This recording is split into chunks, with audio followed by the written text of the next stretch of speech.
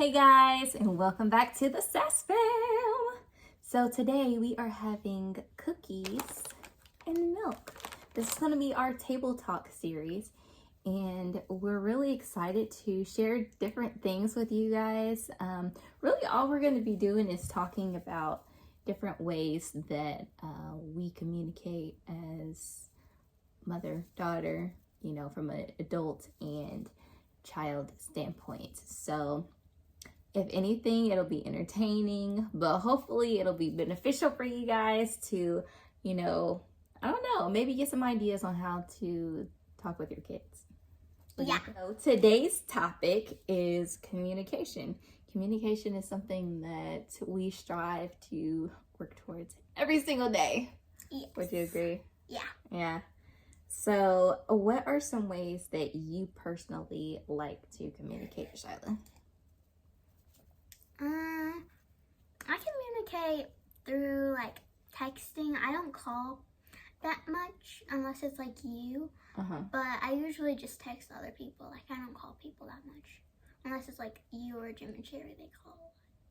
So, if there was a child who didn't have access to a phone like that to text, what's a way that you would suggest that they could communicate better? I mean, if they had a computer, they could email, or if they had a phone with one of the old-timey phones, old-timey phone, the thingy, on the thing, like a landline. Yes, a landline.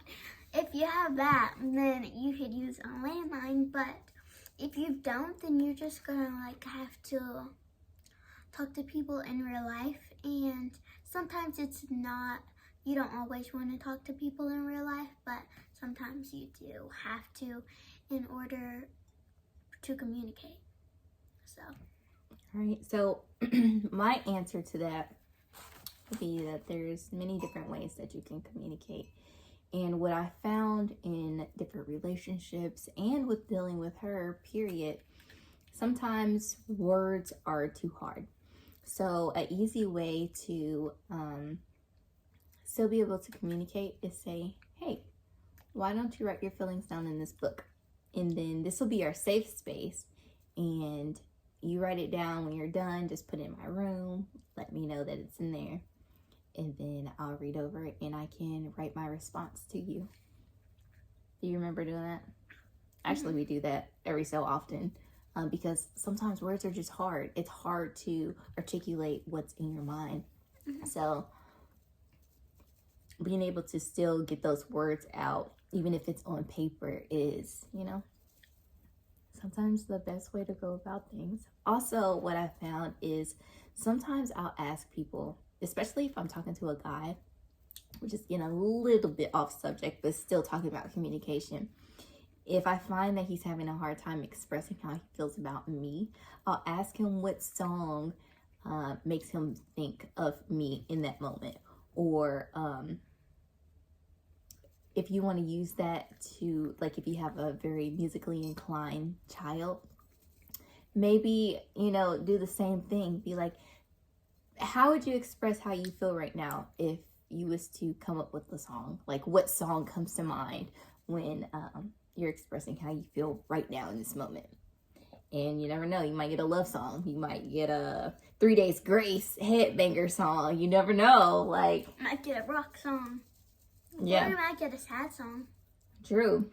So I think that's a really good way to communicate. Yeah. Okay, so we have texting, we have calling, we have music, we have writing your feelings down in a book. Can you think of any other ways? I think there's ways that there is other ways, but sometimes it's just hard to think of. So obviously there's texting and calling and stuff, but writing down and stuff is a big thing, because if you have a conversation you want to have with someone, and it's you feel like you can only text it, it's really hard to say it out loud. And if you don't have a phone, then you could get notes, and you could if they're far away, then you could send them notes of how you feel, so that you can have that conversation without having to be face to face with them. Or you could text too. But I think that's really important, mailing and stuff. So there's always that, and I think it's really important to talk in real life, and not just to talk on phones or talk on other devices, or writing down is good, but it's still important to talk in real life too. So yeah, that's what I think about it. I can't really think of any others. I know there is more, but I can't really think of any other communication thingies anywhere. Just the obvious, body language. But, as you get to know your child, then you'll know what kind of mood they're in based upon how they're moving their body, or if they're rolling their head, or their eyes, or, if they're huffing and puffing. Or if one thing that I do, you don't see, but when you say something and I'm just mad in the moment, but just to get the anger out. Little stompy stomp. But I hear it, and then I'm like, "What are you doing?" You be like, "Nothing." And sometimes I go in my room and I'm have a whole tantrum in my room, but I mean, it's okay, because it's not when people are actually it's not in front of people.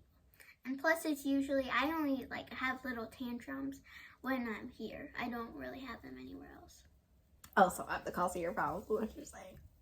No, I just don't want to throw tantrums anywhere else, because that's, I'm more comfortable. Space. Yeah, Yes, I'm more okay. comfortable. Okay, I'll take that.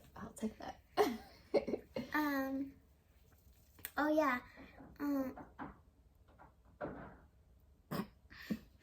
I have this little stuffed animal. It was really popular a year or two ago. You know that one that's an octopus, and it's happy, or when you flip it over it's sad? That can help too, but I never really used it like that. I just thought it was cute, so I just wanted it. But you can also use that too. But there's just ways of knowing the way somebody's feeling, because if they are they seem bummed, or they look sad or something, then it might not be that, but it might just be something they feel sick or something. So I think it's really important to ask what's wrong, just to make sure that they're okay. So I saw a post, and it said something very interesting. Well, the post was simple, but pretty complex at the same time. The question was, what is love? And someone answered it and said, love is when you can anticipate the objects of affection's needs. And I really got to thinking about that, and I was like, so really getting to know your child and paying attention to their signs, their needs, their wants is really showing displays of love to them, because you're able to provide what they need before they may even, realize what's going on with them. That's one of the things I try to do with you. I try to watch your habits and see, what type of mood you're in, so that I can potentially help you in a certain kind of way. Shiloh the other day was really bummed, and she was super emotional. I was super emotional too. I think it was just, the weather and the season. We both had birthdays, so, that causes emotion too. It was just it was so weird, because, I think on Saturday at my dad's, or Friday or Saturday, is when I went to my dad's, and I had a little birthday. I didn't have a party or anything, but I just celebrated my birthday over there. And when I came back here, my mom had gifts and stuff, but when I opened it, I just started crying, and I don't know. I had felt off the whole weekend, but something just triggered my tears when I was opening the gift from my mom. You're getting emotional now. Oh my God. So that evening, we had a meditation session right here in the front. front room, and I put on some really soothing meditation music, and we held hands and we just did some really deep breathing and focused on, reflecting on the things that made us happy, reflecting on the things that made us sad, and forgiving the people that may have hurt us in some kind of way, and forgiving ourselves too. And after that, Charlotte was like, "Oh, I feel so loosey-goosey now." She was like, "I don't even know if I can go to sleep. I feel so good."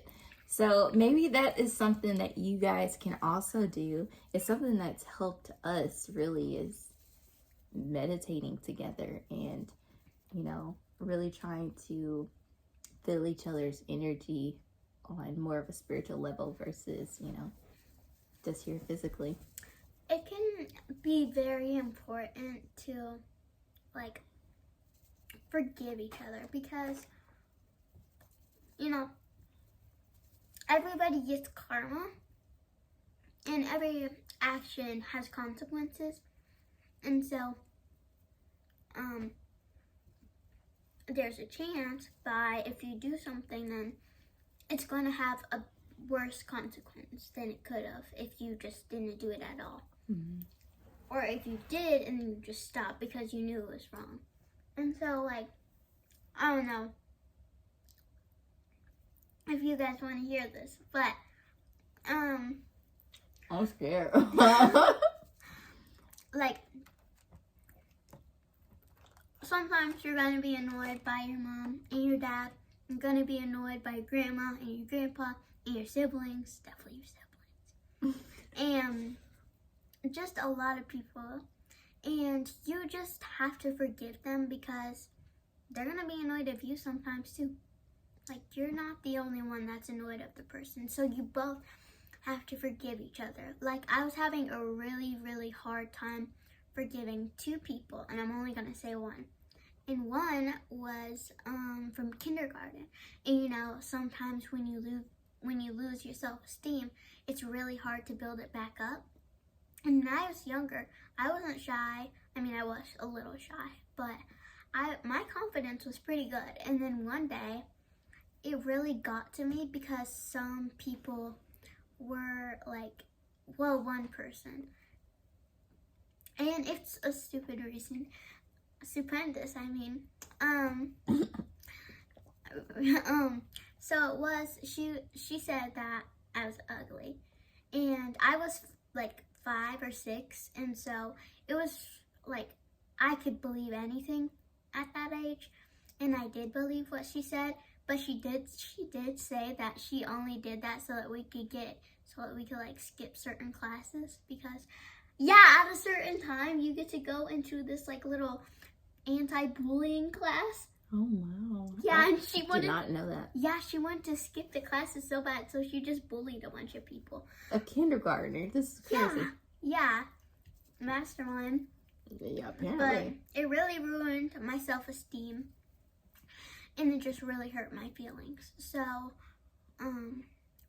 that is what I think about it, because I'm sure that the girl that lowered my self-esteem has already gotten her karma. And I was having a hard time forgiving her, but I just had to realize this. So that I could actually forgive her. And all the other people that I had to forgive, it's just like, it's really lack of communication. And communication is really important. So that's why this whole video is really important, because like lack of communication can cause a lot of problems. So it's really important to communicate. Yeah.